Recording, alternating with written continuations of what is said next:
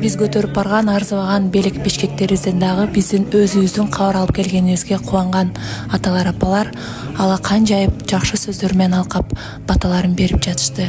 Албетте жүрөгүң элжиребей койбойт. Бизге бир берсеңер, анан миңге берсин силерге. Амин. Айтқаныңызға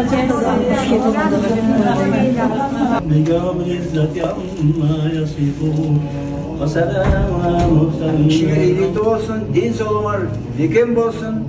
Ар бир жасаган ишиңерден үзүрүн көргүлө. Силер бизге бирди алып келсиңер, Алла Таала силерге миңди берсин. Жолуңар шыдыр болсун, жолдошуңар кызыр болсун.